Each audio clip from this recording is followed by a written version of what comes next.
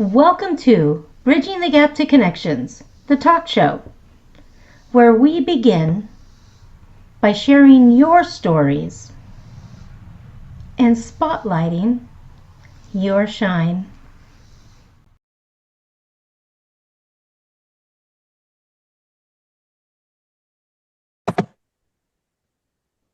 Hello, welcome back to Bridging the Gap to Connections, the talk show. And today's subject is mindful Mondays for mental health.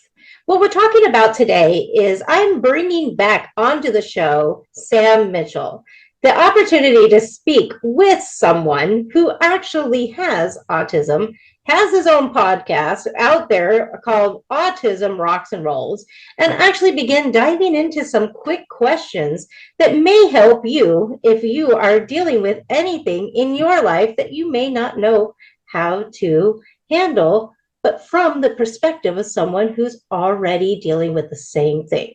So, Sam, thank you and welcome back to the show. Hey, buddy, good to be here. Thanks for letting me come back. Guess I was good enough for you the first time, so that must be something. You are definitely a star in your own right. Truly. Well, Truly. I appreciate you. So I really want to just go ahead and, I went online, and as you know, there are many people in the world who are neurotypical versus the neurodivergent mind. And with the neurotypicals, there are people out there that are like, well, is this a disease? Is this something we can cure? Is this a problem that we can fix? Because they don't know. They're uneducated. And talking to someone who has autism, I would like for you to express to those who are out there that are neurotypical that really, do you see anything wrong with yourself?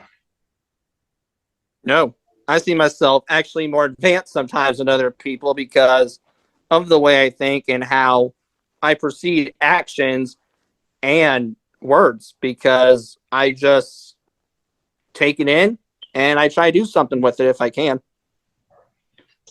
So, knowing that being autistic, say that when you were younger, let's go back to the younger years, before knowing all the details. If a parent was talking to you today in regards to their child who is suffering severe meltdowns, how would you educate a parent on handling that meltdown in a better form? Just 1 second here.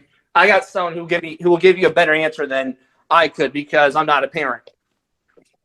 Okay. Just 1 second. Gina, we're bringing the mom. You got a question?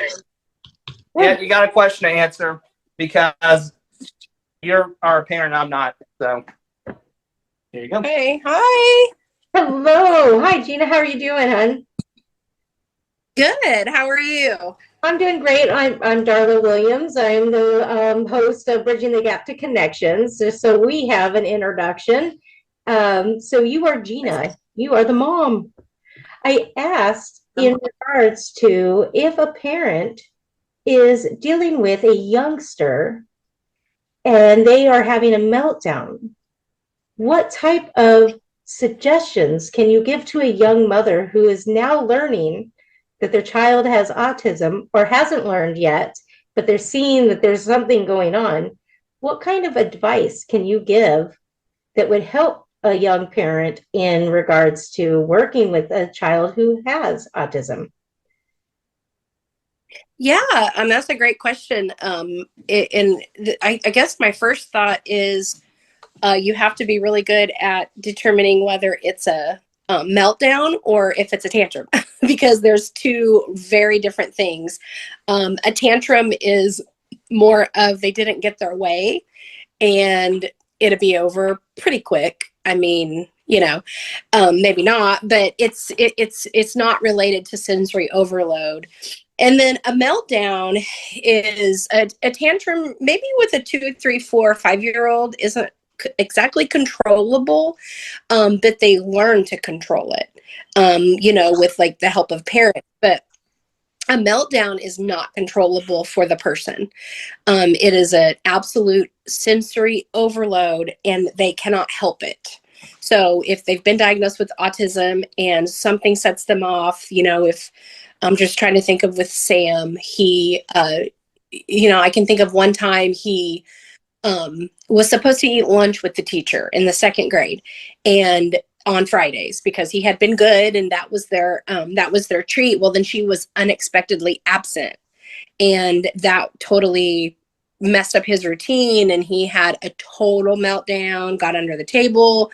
I'm a teacher, so I was teaching at the school he was working at, so I had to carry him to the principal's office, and it wasn't anything that he could help. He wasn't punished or anything like that, because he couldn't help that. So that's the first thing, is you have to become good at determining whether, because if they have autism and it's just a tantrum, then you have to treat it like you would a child without autism, because if they just want their way, well, sorry, you can't. I mean, if it isn't, so you have to do that. And then if it is a true meltdown, you have to let them do it. They have to get through it. So trying to reason with them in that moment is a waste of time. You're going to want to say, oh, what about this? And what about this? And what about if we do this? And what if we do this? And you can't in that moment. And so you do have to wait until they calm down, even if they're a teenager, even if they're a young adult, they just can't stop. So what I always did with Sam was, just make sure they're in a safe location. They're not going to hurt themselves, preferably not breaking anything around them. But you have to kind of wager what your child needs. So do they want you to sit with them, until it's over? Or do you put, like, I used to say to Sam, you're not in trouble, but I'm having a really hard time communicating with you right now. So why don't you go here? I'll walk away. You work on, controlling yourself, and then I'll come back. And so that was something that we did a lot. But there's no magic pill. I wish there was, but Right. there's no magic.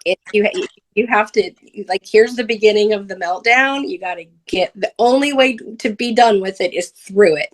And then, and you can't punish them. You can't, like giving them a spanking or putting them in timeout or taking something away for a meltdown that's related to autism is not going to solve anything. They're going to probably do it again because, triggers. I think another thing too is you can learn your child's triggers. If they do that every time that their routine is disrupted, don't disrupt their routine. Like on purpose. Like it's going to happen. I mean, we're human and we live in a world, where you can't help it. But what we explained to Sam was there's things that are controllable and there's things that aren't controllable. And so sickness is a great example. Yeah, like he still hates to get sick. And well, I mean, unless you want to go into a bubble. Yeah. So I think for each child it's different, but that's the thing that worked for us, and that didn't even work every time. I mean, you have to kind of figure out what your child's triggers are and what's going to work for your child. But the main thing is they have to get through it. They're not going to just stop, and you have to kind of be their cheerleader and help them get through it. I think what you just brought to the table is so vitally important for the world to understand. Here's the difference. She's saying, and everybody who's listening out there right now, what she is saying is you have to find out how to identify the difference between whether or not it is their meltdown for real or if it is just their misbehavior because they want their way, which every parent has to deal with this, right? Every neurotypical child has their tantrums too. So now we're just navigating a sensory overload versus tantrums and figuring out the difference. And that is actually, if we really fine tune and pay attention, if we can begin to navigate ourselves as individuals and know how to regulate ourselves. The importance of learning how to regulate ourselves is so that we can identify how to help our children to navigate and regulate. And I think that that's going to be a key piece as we can continue to explore and learn more in regards to helping those with autism. I am so grateful, Gina, for you coming on and really breaking that down with me. Thank you so much for You're welcome. I am going to let it get back over here to Sam so we can definitely talk with him and talk more. Thank you. Come on. But thank you so much.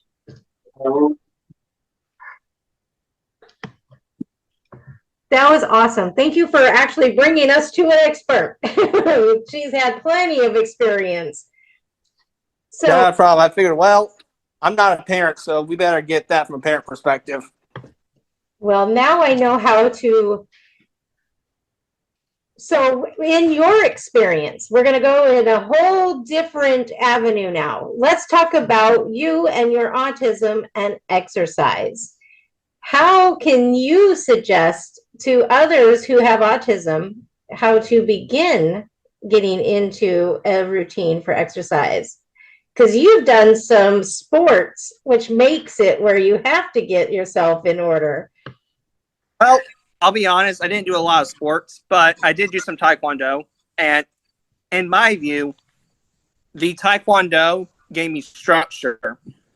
Okay, each time we did a test, it had the same pattern each time. You did your forms, your sparring, board breaking, and your weapon. Every time I did my tests. I think it's changed since then. I'm not for sure, but I believe it has. Don't correct me on it. It's going to be wrong. But it stayed the same. And with sports, that's why I liked taekwondo, because I didn't like competing against others. It just wasn't in my DNA. I was competing against myself, but there was also structure. And that's in general with life. Those on the spectrum need structure because it gives us predictability. It helps us in a world that's unknown. We were talking about sickness earlier. My mom was sniffling like crazy, and thankfully she's not sick. We did the checking. It's allergies, 100% allergies. But it was unknown. It wasn't expected. What if we had to go to a speed engagement that day? And she's on the plane sniffing her butt off because she has allergies, and then people are thinking she's sick. Right. And you know what? Those allergies get a lot of us. They really do. Now, in regards to how did it help you at home when you were growing up to feel safe as an autistic child at home? At home, it was definitely better than the public. I think what they did was I felt support around my family as much as they could support me because I was still pretty wild child, but I did the best I could. And I think with home wise too, they would try to help me out as much as they could. Maybe I got something going on. It is a sensory issue. Okay. And this wasn't a truthful one. This is more of an example. Maybe I didn't like my room too chilly. Okay. We'll fix that up and make it a little more warmer for you. So basically, being there to really pay attention to the details. Details really matter for you. In retrospect, yeah. So in a day, how often are you able to actually articulate your wants and needs? I was, I would say that the way I express my needs is I just tell you how it is. The only way I express my needs is if I get overwhelmed. If I get overwhelmed, I can't. There's a great story actually with this, and I'm ashamed I did, but I was like, I did not know what else to do. So we were eating at Longhorn Steakhouse. Do you have a Longhorn in your area? Does that place sound familiar? Yes. Okay. I'm in Texas. But yep. Okay. Awesome. I was making sure. But anyway, my mom was like telling me, she was like, do this, do this, do this, do this, do this, do this, over and over again. And I wanted to like shut up because I was getting overwhelmed, but I just couldn't. My mind started racing. I started panicking. What did I do? I threw my phone because my phone was in my hand. And it wasn't like a big, throwing, hit the wall ordeal, but it was like an underhand throw. You could see it, and it hit the table, my table. And I pretty much lost it. Right. And that is what happens when we have a sensory overload. So really, you became so overwhelmed that you couldn't stop yourself. And that's the point of what we're saying about identifying the importance as those who are working with those who have, is sometimes the expression that's happening isn't based on somebody else. It's based on their reaction within themselves. Right. And I hate I did that. I really did. I apologize. I was embarrassed, but it was like, okay, I had to do something. I had to react in some way, shape, or form. And since then, we haven't gone back to Longhorn. But that's fine because I prefer Outback Steakhouse anyway. Oh, there you go. Yeah, that is a good steakhouse, isn't it? Oh, it's one of the best ones. It's just that unfortunately ours is kind of going on the bamboonies because we have also a Texas Roadhouse. And let's just say a lot more people are sailing over to Roadhouse. Yes. Well, we all like our steak. No, I get it. The Roadhouse is good. I wasn't able to eat there, though, for a long time because they had the peanut dust all over the place, and I'm allergic to peanuts. So, yes. Yeah. That is definitely a big deal. So, yeah. do you have stemming? Do you do specific things for stemming? Kind of. I'm doing a stem right now. I'm walking as we speak. If you notice, when we were getting an interview, I started sitting. Then after I got my mom, I thought I was going to sit back down, but I can't because I also have real bad ADHD. If I sit for too long, I get a numb butt. And a numb butt for me is bad because it's just uncomfortable. It feels like I'm sitting on a toilet seat. Right? Or something that's hard like wood. Exactly. So in a day, say you're going out, and when you are dealing with things, do you struggle with trying to mask? Surprisingly, no, I just don't mask. See, It some do and some don't. Uncomfortable or mad, but I've had to come to terms that deal with it. I do not care. See that I think that it's important for people to understand that. It's not that you don't, it's when you say, I don't care. And I want others out there to hear what I'm about to say. He's not saying that he doesn't care about life or that he doesn't care about your feelings.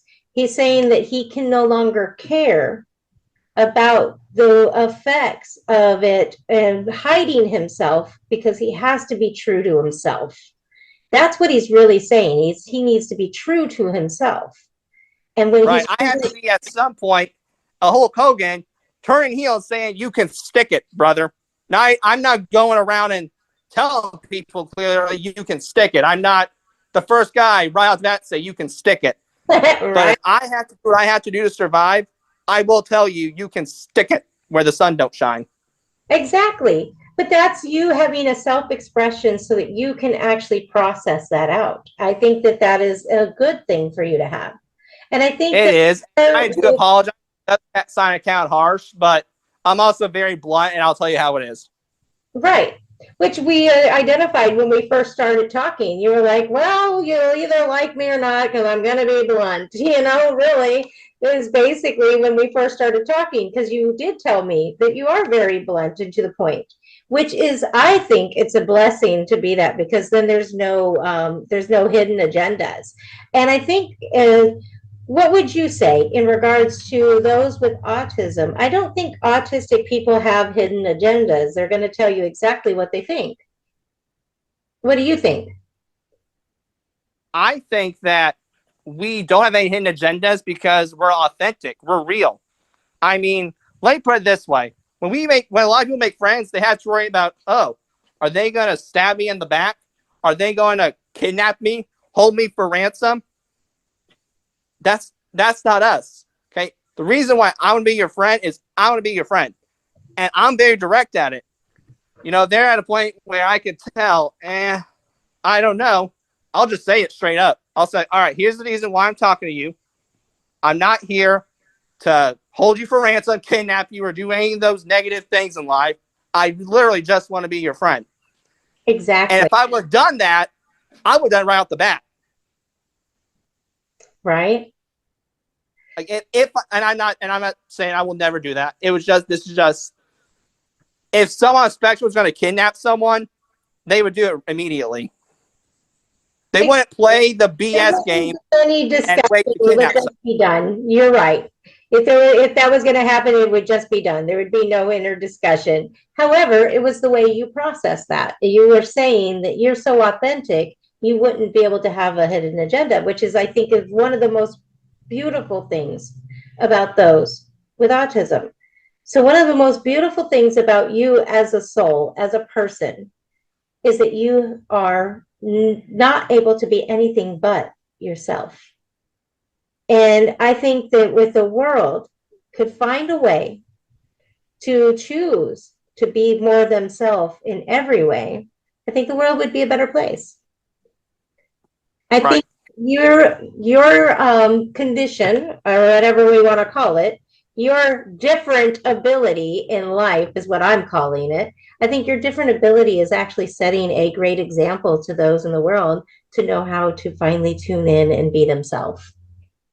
That's what I want people to do at the end of the day, is to literally be themselves. I mean, I have friends who have been wheelchair bound, who are also on the spectrum, who even are kind of gothic or emo. And a lot of people look at them like, gosh dang, they're the creepy people. Really? Really, really, really? Have you got to know them? They're actually some of the nicest people alive I've ever met. Yep. Are they into some stuff that is kind of unusual? Sure. But what's it harming? Exactly. I would get it if they were interested in robbing banks. I'd stop that off the bat. But who cares if they're interested in anime? Right. So in a day, you have a situation, something spontaneously happens, which is the uncontrolled. How do you find yourself into regulation? What is something you can suggest to others that has helped you? Well, I try to get it back on as track as I can. And that includes me doing it by myself, so be it. I mean, the worst ones I could think of was when people backed out. Because my friend, I'll give you a story right here for him. My best friend, he has a condition. And when we would go to school, he just got sick a lot. Well, we were about to finish the project, and I just hoped to God he would have been there the next day. He wasn't. Well, my other partner I had, who actually has to be his cousin, finally just shut down because it was overwhelming her. I finally just, and she went, I'm done. I'm not doing this anymore. I was real with her. I said, all right, you're going to get an F. I'm going to try and finish this. And that's what happened for about 5 minutes. I think she finally came back, but that's what it took. I had to complete it on my own, even though it probably stunk really bad. So you're saying that sometimes you have to just choose you. Yeah, pretty much. And when you do that, it makes things a little bit easier. Yes, because what I've learned at the end of the day, you have your own life. This is no one else's life. At the end of the day, we're all individuals. We all don't get sick at the same time, for example. Exactly. Exactly. So I want to come back to the fact that you have autism rocks and rolls. And so in your program and in your show, do you have a favorite episode that you would like people to view? Man, that you got me good right there. There's a lot of them, but I just recently created a first episode club on my website. I just got to figure out the coding, and I'm not an expert on that, but we're still working with it. It's called a first episode club, and it gives me, in my view, the top 5 episodes. It's a first impression almost. So the ones on there are Temple Grandin. I think you can learn a lot from her. Mick Foley. Let me think of who else here. There's a clinic episode where I had clinics from Indiana and Oklahoma.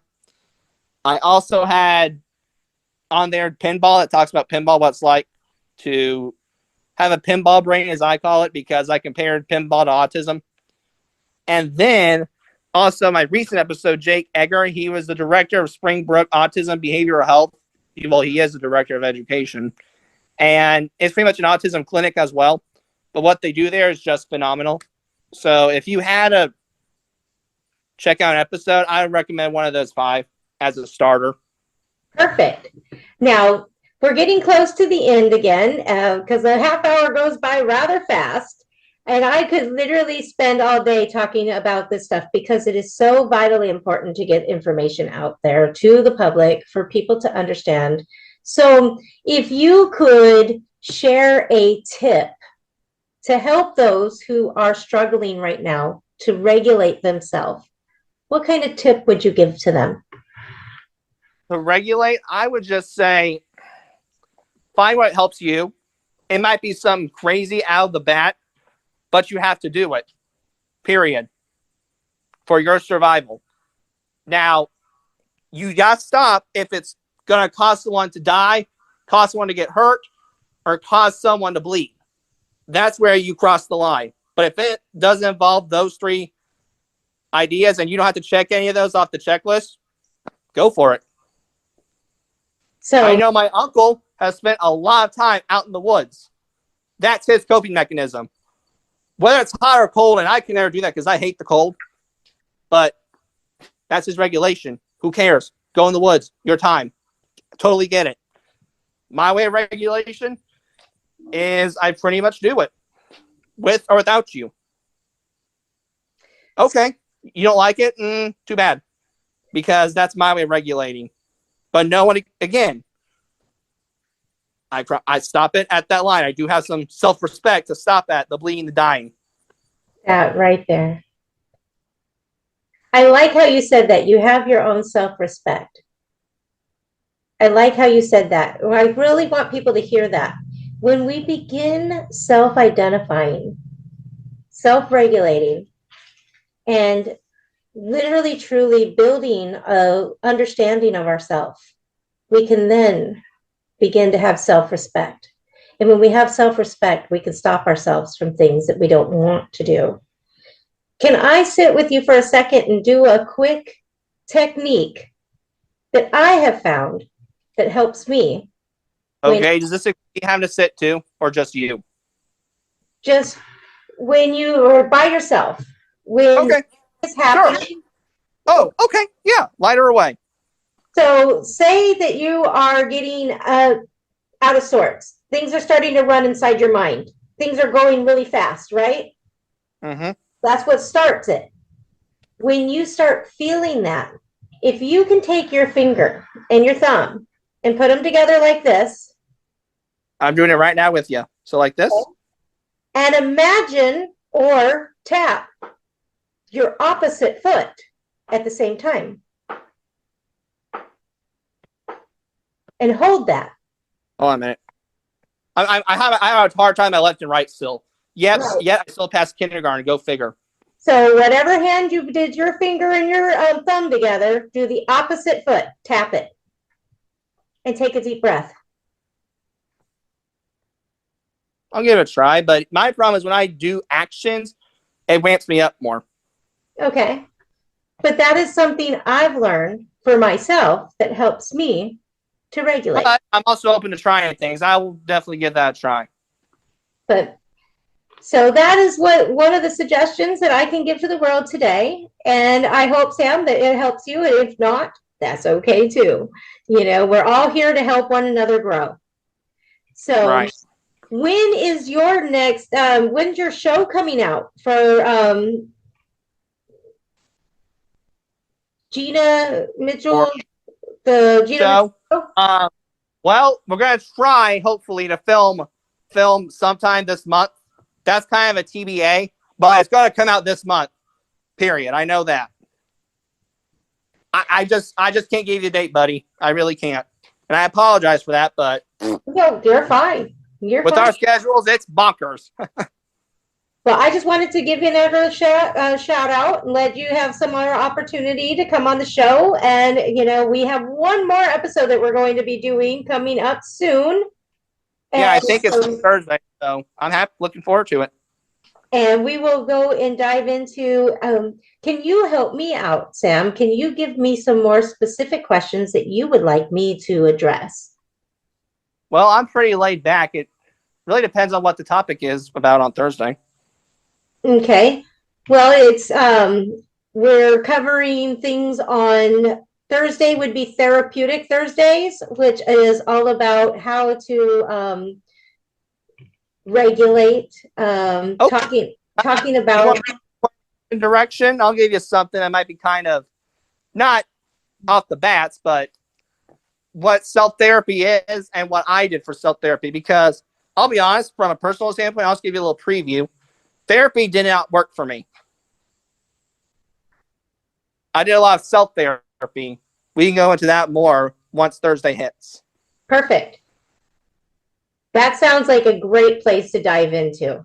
I'm excited about the next episode, and thank you so much for being on today's. Until next time, everyone out there, thanks for watching Bridging the Gap to Connections with Darla and Sam Mitchell today. Until next time, bye for now.